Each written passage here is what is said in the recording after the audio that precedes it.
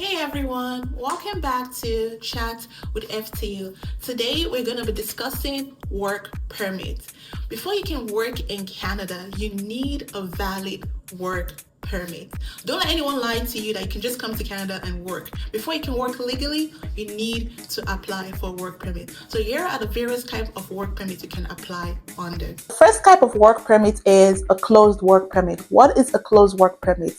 Closed work permit is where an employee can only work for that employer listed on the permit.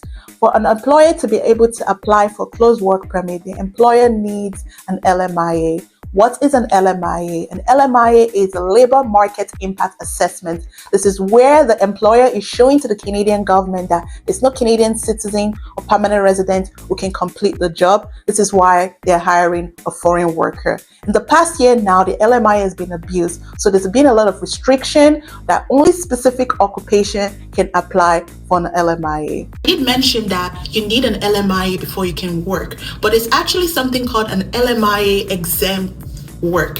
So what does that mean? This means that you don't even need an LMIA before you can apply for a work permit. There's several categories that fall under that. There's something called the International Mobility Program, and under that there's a list of categories of people who do not need an LMIA before they can apply for a work permit. The first kind of people would be the French workers. So if you're a French speaker, you do not need an LMIA before you can apply for a work permit. That's one category. There's also something called the ICT program, which is the intercompany transfer.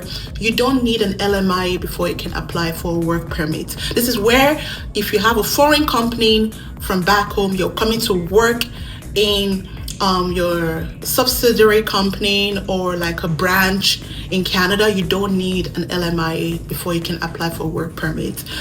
There's also something called a religious work permit, which is like if you're a religious worker, you're working as a priest, you're a charity worker working for an organization, a charity organization, you do not need an LMIA. You can just apply for a work permit. Second category of work permit is called an open work permit. An open work permit is where you can work for any employer. There's no restriction for that. But like I said, only specific people can apply for an open work permit. So, who can apply for an open work permit? If you're a student, full-time student, you can apply for an open work permit. If you completed a course from a public institution, you can apply for an open work permit. If you're a spouse of a master's student now, you can apply for open work permit.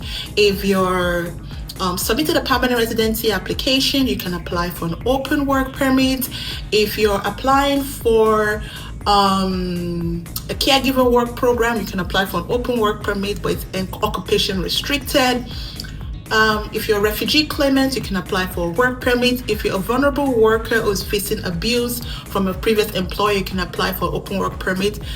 So those are the categories of people that can apply for an open work permit. Now it's bye, and I'll see you in the next video.